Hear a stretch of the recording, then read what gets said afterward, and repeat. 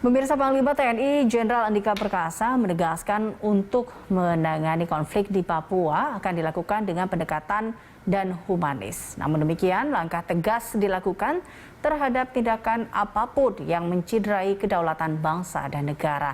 Lantas seperti apa pendekatan humanis itu hingga dampaknya di kemudian hari? Guna membahasnya sudah bergabung melalui sambungan Zoom pengamat pertahanan dan keamanan nasional, Bapak Hermawan Sulistyo. Terima kasih Pak Hermawan telah bergabung bersama kami. Pak Hermawan, jika kita lihat di sini beberapa data tadi juga setelah kita ulas di segmen sebelumnya bahwa ada kurang lebih 7 kali teror yang terjadi di Papua di 2021 hingga saat ini. Dan kemudian akhirnya beberapa strategi dilakukan dan salah satu strategi yang dikatakan oleh Panglima TNI yaitu Jenderal Andika Perkasa adalah menggunakan pendekatan humanis. Menurut Anda terkait dengan pendekatan humanis ini seperti apa? Menurut Anda Pak Hermawan? Nah, ini sudah lama ditunggu ya sebetulnya karena Polri sudah melakukan ini sejak 5 tahun yang lalu. Ya, tetapi skalanya itu kecil, jadi dampaknya itu kurang berkema dan kurang masif. Itu melalui bagian dari operasi Nemangkawi di Papua yang dikasih nama Binmas Noken. Binmas Noken ini adalah soft approach-nya polisi terhadap Papua. Nah, TNI selama ini melakukan hard approach karena operasi-operasi itu memang medannya luar biasa sulitnya. Nah, KKB itu jumlahnya tidak banyak sebetulnya, tapi tersebar di wilayah-wilayah yang sangat sulit medannya, bahkan untuk pasukan-pasukan yang terlatih sekalipun, karena mereka bisa lari-lari, bisa bersembunyi di hutan-hutan, di lereng sampai 70 derajat gitu. Karena mereka hidup di sana, banyak orang-orang gunung. Nah, tentara yang tidak terlatih, apalagi di pegunungan di atas ketinggian 5.000, yaitu seperti di Jaya, di Pegunungan Jaya, di sebagian Pegunungan Bintang yang lebih rendah sedikit pun, itu kita susah kalau bukan orang sana karena ketinggian itu tipis, udaranya itu tipis, susah bernapas. Nah, ini faktor yang sangat menentukan yang saya lihat adalah kenapa ini tidak selesai-selesai. Ada oknum-oknum yang memasok amunisi, peluru ke KKB itu, gitu. Jadi pendekatan Jenderal Andika ini menjadi efektif nanti kalau para pemasok ini yang tertangkap, kan ada yang dari TNI, ada yang dari Polri, gitu. Itu dihukum sekeras-kerasnya karena mereka menjual senjata, ya, amunisinya untuk membunuh teman-temannya sendiri. Gitu. Nah, ketika itu bisa dilakukan, maka tinggal soft approach-nya. Apa yang dilakukan? Yang dilakukan Binmas Noken itu seperti Komdevnya LSM, Community Development. Jadi mengajarkan pertanian, mengajarkan peternakan, inti kebudayaan Bali itu di babi. Jadi Binmas Noken menyebarkan babi untuk dipelihara oleh masyarakat. Ini bisa dikembangkan lebih lanjut oleh pasukan-pasukan teritorial TNI yang sedang dipersiapkan oleh Jenderal Andika. Jenderal Andika mengubah itu dengan mengubah personelnya dulu. Dari pasukan tempur sekarang disiapkan pasukan teritorial.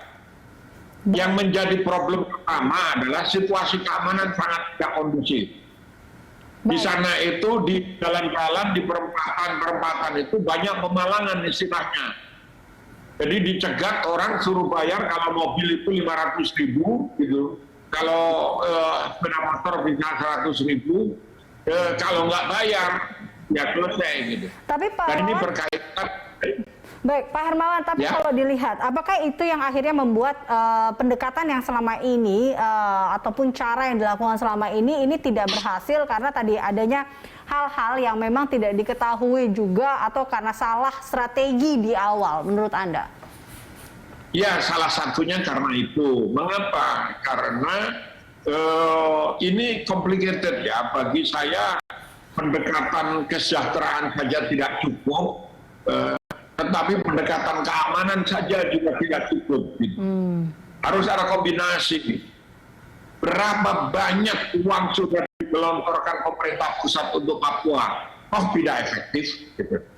Karena problemnya bukan hanya itu. Lalu ada orang-orang yang memanfaatkan ini untuk tujuan-tujuan politik di tingkat nasional maupun di tingkat lokal di sana, provinsi. Gitu. Nah, ditambah lagi di bawah masyarakat itu nggak bisa makan, gitu. Tiba-tiba datang ke CT itu, istilahnya CT, cap tikus. Itu kalau mereka datang cap tikus dari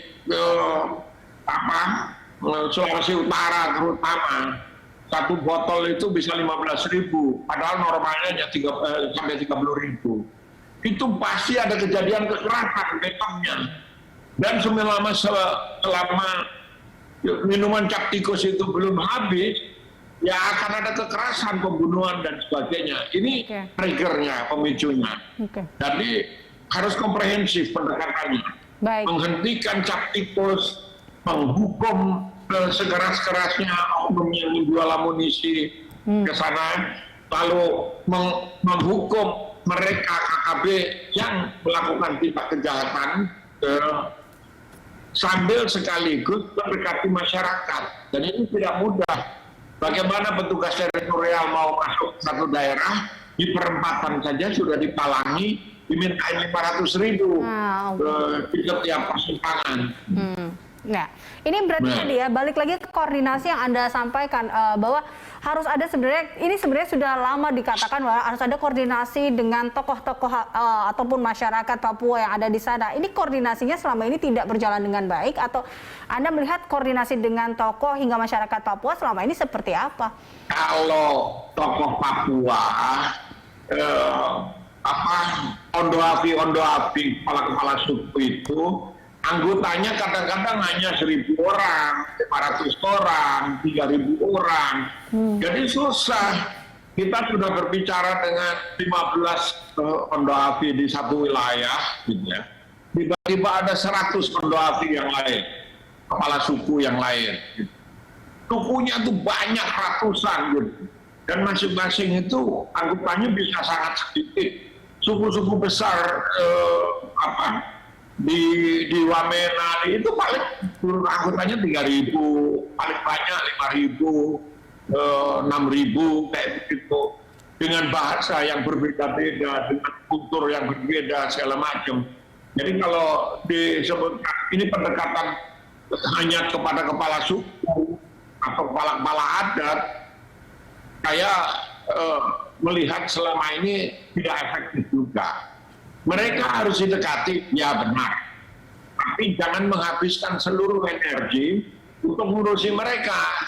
Nah, entry point yang paling bagus kalau TNI mau masuk adalah melalui ibu-ibu, perempuan, dan anak-anak. Sudah banyak sekali kasus yang dialami oleh Polri, anggotanya terlindungi nyawanya karena ibu-ibunya melindungi anggota TNI ini. Mengapa? Karena mereka melakukan pendekatan melalui ibu-ibu dan melalui anak-anak mereka. Ini lebih efektif dibandingkan melalui ondo-afi. Meskipun ondo-afi jelas tidak bisa ditinggalkan. Nah, pengalaman saya mendampingi program-program Komdev, Community Development seperti itu di ujung-ujung di pelosok-pelosok itu sangat tidak mudah. Sulit sekali karena jarak dan geografi yang sangat sulit. Ya, medan yang sangat sulit di Papua sana ya, seperti itu ya Pak Hermawan. Tapi terakhir Pak Hermawan, jadi kalau kita lihat terkait dengan strategi apa mungkin yang memang harus dilakukan atau strategi Jenderal Andika sendiri untuk menangani Papua ini, kita tahu ada beberapa, ada OPM, ada KKB, KST Papua yang memang harus diapakan ini untuk paling tidak jika dilakukan pendekatan humanis menurut Anda? Closing statement juga. Ya, kalau pendekatan humanis sudah benar seperti statement selama ini. Betul. Kalau polisi punya pengalaman bertahun-tahun dengan proyek Binmas Noken. Yang menjadi masalah adalah Binmas Noken itu dulu anggarannya sampai kemarin itu hanya 20 miliar untuk satu provinsi yang terbang dari satu kabupaten ke kabupaten lain aja membutuhkan 1 sampai 2 miliar. Baik. Hanya untuk pindah kabupaten ini. Harus terbang, nggak bisa lewat darat. Nah, jelas tidak mungkin. Yang kedua, jumlah personil. Nah, sekarang ini TNI kan banyak personilnya. Ya. Lebih banyak dari polisi. Tinggal memberikan sarana, angkutan dan sebagainya supaya mereka bisa masuk ke banyak wilayah.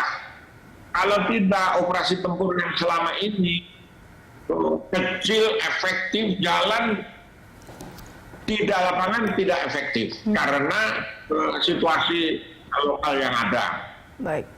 Nah, pendekatan kebudayaan itu wajib. Harus, karena tanpa menghentikan kebiasaan minum dan mabok saja itu sudah sangat sulit menangani trigger-trigger yang terjadi selama ini. Baik.